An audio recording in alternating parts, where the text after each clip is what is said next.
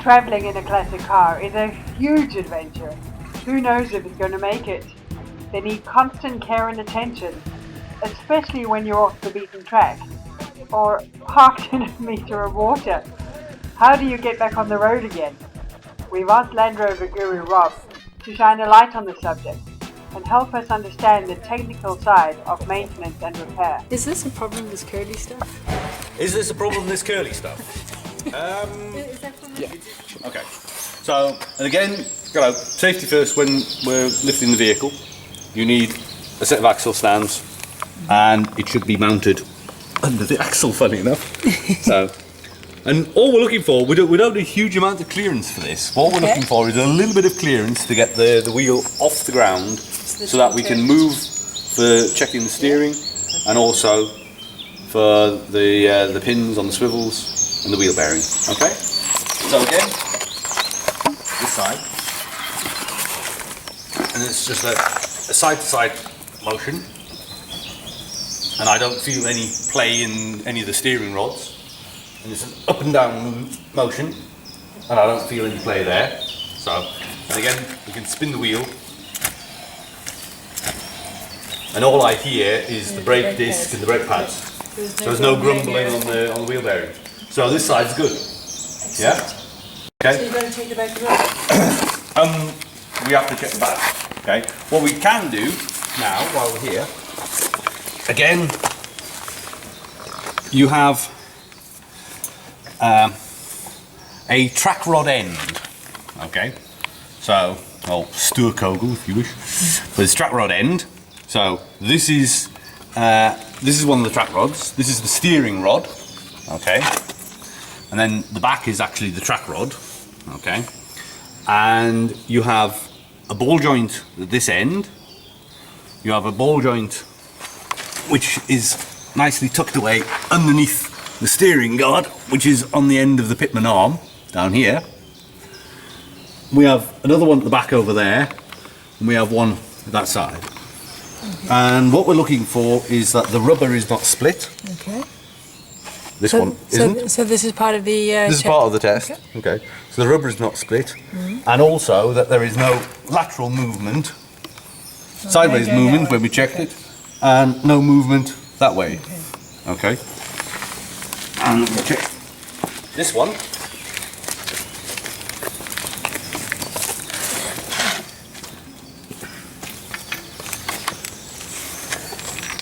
And here we can see that is split. that there is some leakage of grease from the rubber boot. Okay. And that's a failure. We got a piece of... Now the question is it split, or is it just the fact that the clip has come off? Now, Okay. let's have a look.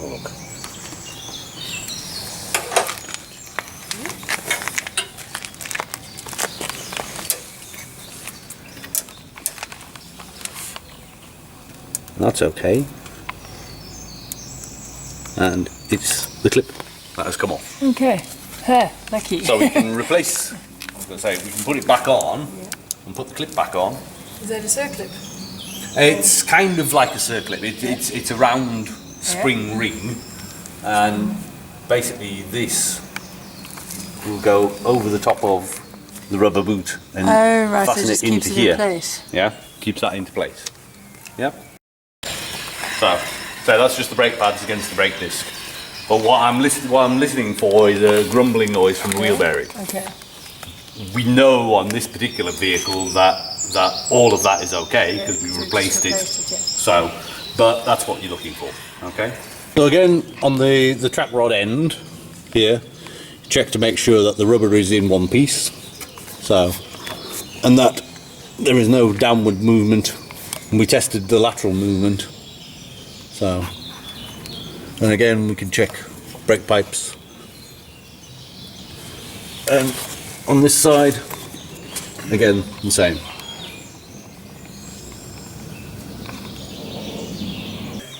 and also that the mountings for the springs are solid, so there's no rust, shall we say. Yeah, this is surface rust. I don't care about the surface rust. And then the rust in the springs. This Yeah, is also that's surface just rust on the paintwork. That's surface rust. So you check to make sure that there are no breaks in the springs, okay, and that all the suspension components are fastened to the vehicle. Okay. Already. Okay. Bit of maintenance. Okay. Again, we're looking for the same thing. Now, there are less components on the rear than there are on the front, so basically the clay would either be in the wheel bearings, yeah, or the hub itself, okay, normal wheel bearings. So again, we're looking for movement that way. That's just on the axle stand, that's all. Yeah. And movement that way. And again, that sounds pretty solid. there's nothing. And again, turning it. It's pretty solid. Yep. Yes. It's good. Okay. Good But work. again, movement. Okay. And again, while we're here, what we're looking for with the torch is again the spring mounting point on the chassis. Okay. So there's no rust, and the general condition of the chassis itself, and also the mounting point of the shock absorber at the top, and make sure that that's good. Okay. So the fact that there isn't a rubber boot on this part of the shock absorber is not a failure. All right. If the shock absorber itself is leaking, okay, then that is a failure. But the fact that, as I say, there is no. Normally there would be a rubber boot that covered this, but it's not there. But that doesn't matter. There's no leakage of the shock absorber itself. And I can also see here. This is the rear brake line, and again, you check the rear brake line for cracks, splits, leakage, and it's fine. Yeah. Okay, so it's the same check this side. So again, we're looking for the mount of the shock absorber. You're just basically looking for rust. Do you Well, see? this one Yeah? will for the mount for the mountings. Yes, you're looking for rust to make sure that the mountings are still physically attached to the car, and also that the shock absorber, where there is a rubber bush here, that That's still solid. yeah. The thing about bushes is that there is you could have play in them. What you can't have is metal on metal. Okay, so if you've got the rubber of the bush, if that's all gone, then you've got the metal pin running around in it, that's a failure. But that's pretty extreme. You know, you would have noticed it long before then, that it was worn. But the MOT regulations are that it mustn't be metal on metal. Okay. Okay, so. Just a question about bushes. Yeah. Are they made up of various components, or is it just the rubber? Right. Okay. You normally have you have the outer, which is metal. Okay. Then you have the rubber part. Then you have an inner, which is metal, and the bolt normally goes through it. Okay. So the bush is the whole thing. The bush is the whole rubber thing. and the metal. Yeah, the rubber and the metal. Okay. And again, there are different types. The normal factory fitted ones are rubber, but there are aftermarket ones which are polyurethane, and then there are various grades of polyurethane. So there are soft, there's medium, and hard. So, and it's a personal preference as to which you have. Okay. Does it affect the ride then, whether it's hard or soft? Yes, it does affect the ride, and your suspension will be a lot stiffer if you have the red polyurethane ones. The harder compound. That's the harder compound. But also that will transmit vibration back through the vehicle as well. Okay. So not necessarily a better it's thing. not necessarily a better thing.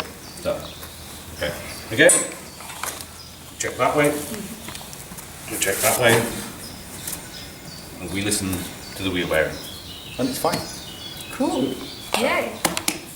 Again, we look for rust, especially on the rear cross member from the inside. Yours is good, but I've seen ones that have been paper thin. Really? That is a failure. Yeah. So, I mean, it can just collapse. so, but no, everything's good down here. Okay. Excellent news. So,